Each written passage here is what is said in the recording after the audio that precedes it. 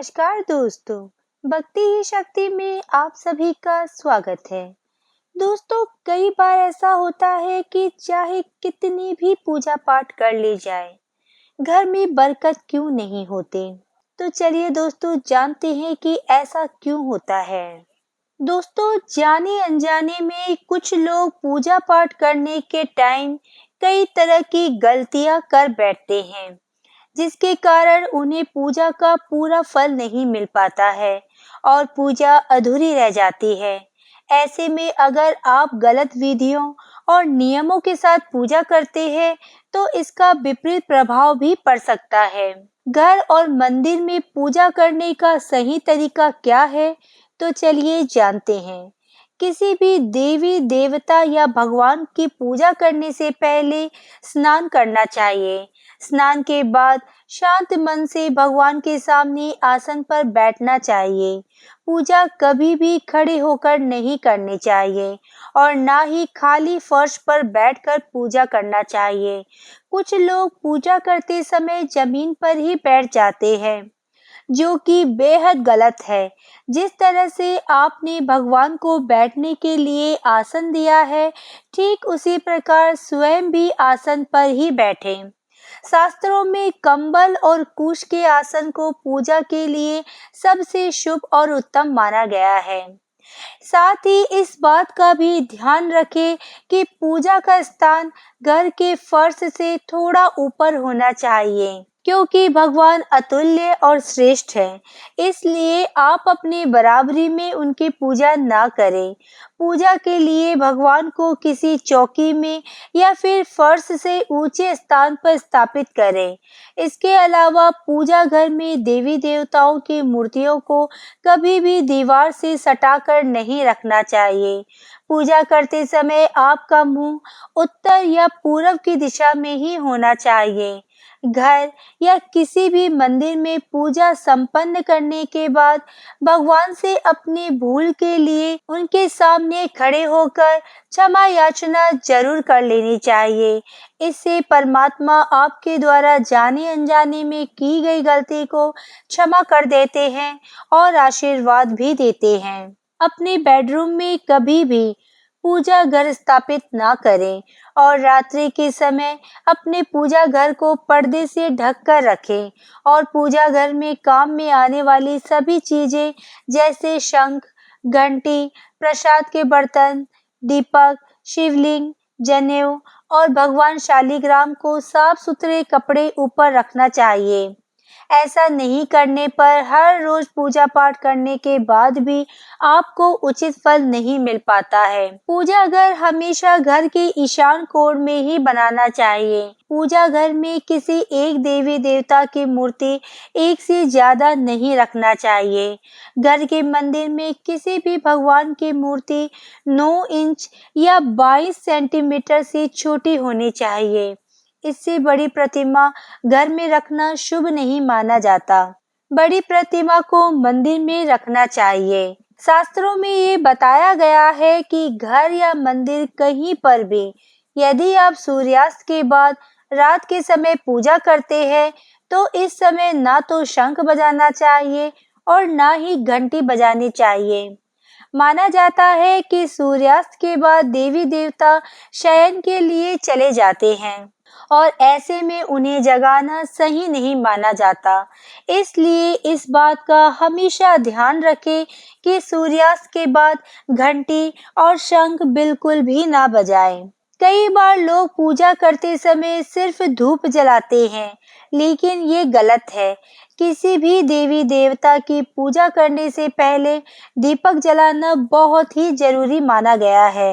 ऐसा माना जाता है कि दीपक भगवान के प्रति हमारी भक्ति भाव, हमारे द्वारा चढ़ाया गया प्रसाद, धूप और अन्य कार्यों का साक्षी होता है।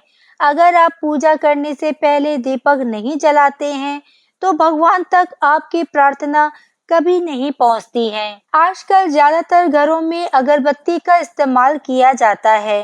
परंतु कभी भी पूजा करते वक्त अगरबत्ती का इस्तेमाल नहीं करना चाहिए, क्योंकि अगरबत्ती में बांस की डंडी का इस्तेमाल किया जाता है। हमारे हिंदू शास्त्रों में पूजा में बांस का इस्तेमाल वर्जित माना गया है। इसलिए हमेशा पूजा में दीपक का इस्तेमाल करना चाहिए। अपने मंदिर या पूजा घर में कभी भी नग्न मूर्तियां ना रखें। देवताओं को वस्त्र सील कर पहनाएं। आजकल बाजार में भी देवी देवता के वस्त्र उपलब्ध होते हैं। आप चाहे तो बाजार से ले सकते हैं। हमेशा देवता की पसंद के अनुसार या फिर शुभता को ध्यान में रखते हुए वस्त्र धारण करवाना चाहिए। सूर्य, गणेश, दुर्गा, शिव और विष्णु ये पंचदेव कहलाते हैं। इनकी पूजा सभी कार्यों में अनिवार्य रूप से की जाती है।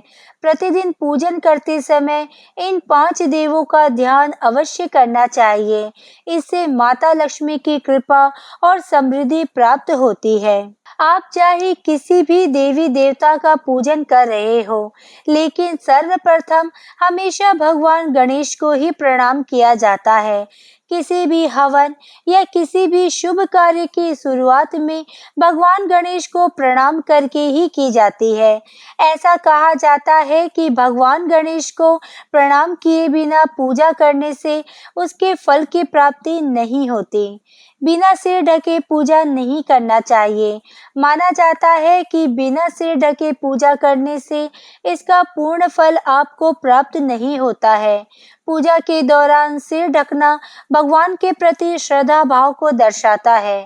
पूजा के दौरान सिर ढकने का धार्मिक कारण के साथ वैज्ञानिक कारण भी बताया गया है। इसलिए स्त्री हो या पुरुष पूजा के दौरान सिर जरूर ढके। कभी भी भगवान को एक हाथ से प्रणाम नहीं करना चाहिए। हमेशा पूरी तरह से झुककर दोनों हाथों से प्रणाम करना चाहिए।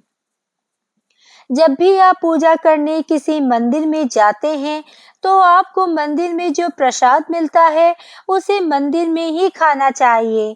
भले ही आप उस प्रसाद का थोड़ा सा हिस्सा ही मंदिर में क्यों ना खाएं, बाकी हिस्सा घर ले जाने के लिए रख सकते हैं। ये ईश्वर के प्रति आपकी श्रद्धा का प्रतीक होता है। आप जब भी मंदिर जाते हैं, तो आपको एक बार घंटा जरूर बजाना चाहिए। माना जाता है कि घंटा बजाने से आपका संदेश सीधा ईश्वर तक पहुंचता है। घर में पूजा करने के बाद शंख, घंटी को बजाना महत्वपूर्ण माना जाता है। इससे घर में सकारात्मक ऊर्जा आती है। हमेशा इस बात का ध्यान रखें कि कभी भी दीपक से दीपक ना जलाएं। शास्त्रों के अनुसार जो व्यक्ति दीपक से दीपक जलाता है, वह रोगी होते हैं। नहाने से पहले भगवान को चढ़ाने के फूल को तोड़ लेना चाहिए। नहाने के बाद फूल तोड़ने पर फूल स्वयं को चढ़ाया हुआ माना जाता है। ऐसा शास्त्रों में बताया गया है।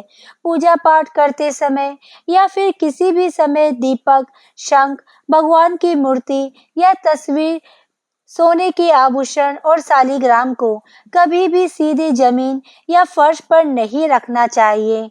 घर या मंदिर में पूजा के समय भगवान की आरती करते समय भगवान विष्णु के सामने 12 बार, सूर्य देव के सामने 7 बार, देवी दुर्गा के सामने 9 बार, शंकर भगवान के सामने 11 बार और गणेश जी के सामने 4 बार आरती घुमाना चाहिए। इससे पूजा पाठ का सकारात्मक फल मिलता है। आपको किसी भी मंत्र का जाप करने के पश्चात आसन के नीचे की भूमि को स्पर्श कर नेत्रों से लगाना चाहिए। इससे आपको जप के पूर्ण फल की प्राप्ति हो जाती है। अगर आप किसी खास प्रयोजन के लिए कोई पूजा अनुष्ठान करते हैं, तो उसमें लिए गए संकल्प को पूरा करने में ज्यादा समय नहीं लगाना चाहिए। अगर आपने कहीं किसी को दान करने का संकल्प लिया है, जितनी जल्दी हो सके पूरा कर देना चाहिए। संकल्प को पूरा करने में देरी से पूजा अनुष्ठान का पूरा लाभ नहीं मिल पाता है। किसी को भी कोई वस्तु दान दक्षिणा हमेशा दाहिने हाथ से ही देना चाहिए। एकादशी, अमावस्या, कृष्ण चतुर्दशी, पूर्णिमा व्रत, तथा श्राद्ध के दिन बाल और दाढ़ी नहीं बनाने चाहिए। जिन लोगों का यज्ञोपवीत संस्कार हो चुका है, उन्हें बिना जनेऊ पहने पूजा पाठ या किसी भी तरह का अनुष्ठान नहीं करना चाहिए, क्योंकि बिना जनेऊ धारण किए जो भी धार्मिक कार्य किया जाता है वह निष्फल हो जाता है। सभी हिंदू घरों में पूजा पाठ या अन्य धार्मिक कार्य में इस्तेमाल करने के लिए गंगा जल रखा जाता है, लेकिन क्या आपको पता है कि प्लास्टिक के बोतल में या किसी अपवित्र धातु के बर्तन जैसे कि एल्युमिनियम और लोहे के बने बर्तन में गंगा जल कभी नहीं रखना चाहिए। गंगा जल तांबे के बर्तन में रखना बेहद शुभ माना जाता है। अगर आप पूजा करने के लिए मंदिर जा रहे हो तो आपको हमेशा घर से लोटे में जल ले जाना चाहिए। कभी भी मंदिर में रखे जल से ईश्वर का जलाभिषेक नहीं करना चाहिए। जब भी आप जल चढ़ाकर मंदिर से वापस आए तो आपको ध्यान देना चाहिए कि जल का लोटा कभी भी खाली घर वापस ना लाएं।